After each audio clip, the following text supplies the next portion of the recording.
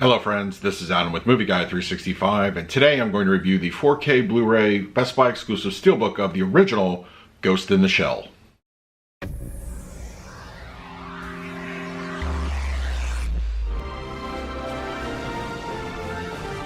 If you're new to the channel, please hit the like button, subscribe, hit that bell notification. You can also find me over Twitter, Instagram, and Letterboxd at Movie Guy 365.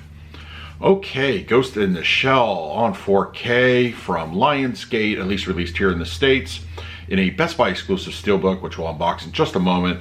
But as far as the movie goes, I always had a special spot in my heart for this one. Ghost in the Shell was my first real movie that I saw as far as Japanese animation goes. And then of course that I went to movies like Akira, and it kind of opened up my eyes to that style of filmmaking. Now, of course, I've seen plenty of, animated series, from Japan.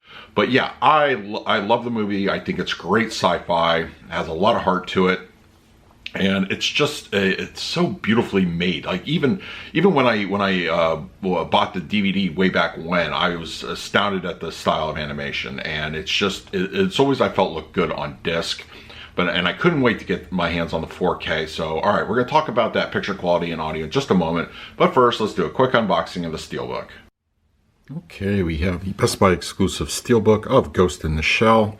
And I've got to say, this is one of the nicest looking steelbooks that I've seen this year. Really just, it comes with a nice cover, as you can see. There's the spine. And then when we take it off, I mean, that artwork is just, it's just stunning. Really looks good. There's the spine again. Interior wise, a little bit of artwork. Yeah, looks good. Very happy with the steelbook. All right, now let's talk about the picture quality and the audio.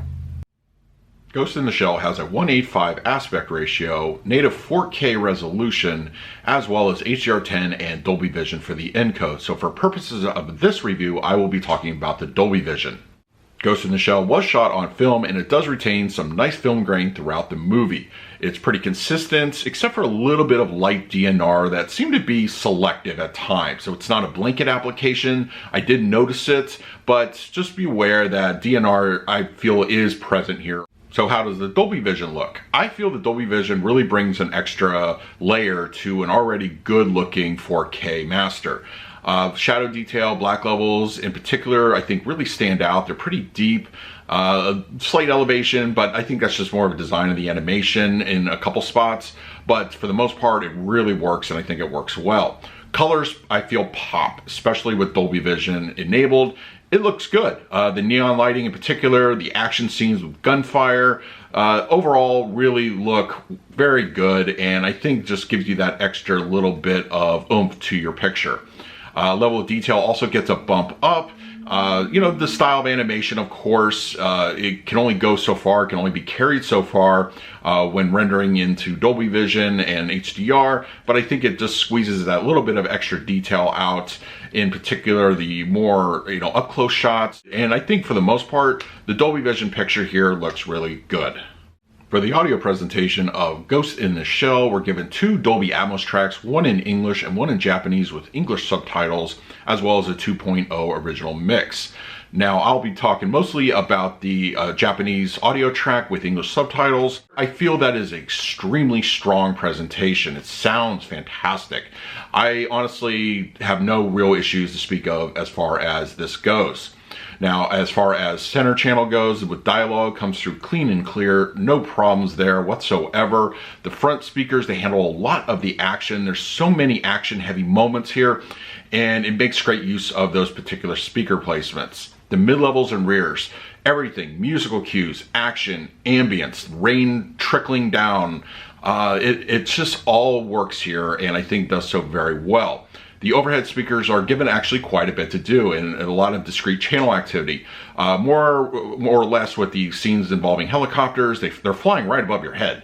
Rain, once again, also a prominent feature there, and also it accentuates the already existing surround field.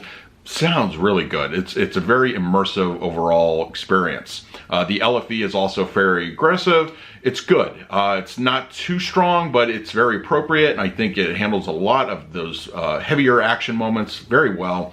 It's a good audio presentation. Now, I did have a chance to sample the English dub version of the film. The Atmos effects seem pretty consistent with the Japanese version. No real differences in that area, except I would say dialogue sometimes does appear to not match with, like, a character speaking or to stop speaking and the English is bleeding over. That's kind of unfortunate. It does happen from time to time. Just a few choice scenes that did feature that, but just be aware that is something you may have to deal with. For the picture quality, I'm going to give Ghost in the Shell on 4K an A- score. The Dolby Vision really brings out those colors, black levels, and detail fairly well.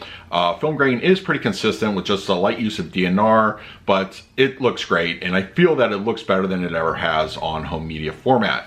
For the audio presentation, I'm also going to give this one an A-. I think the Japanese audio in particular really works well. It's a very immersive sound field. The height speakers get used quite a bit, and it's just a very dynamic audio experience. Absolutely recommend it. So do I think you should upgrade from the Blu-ray?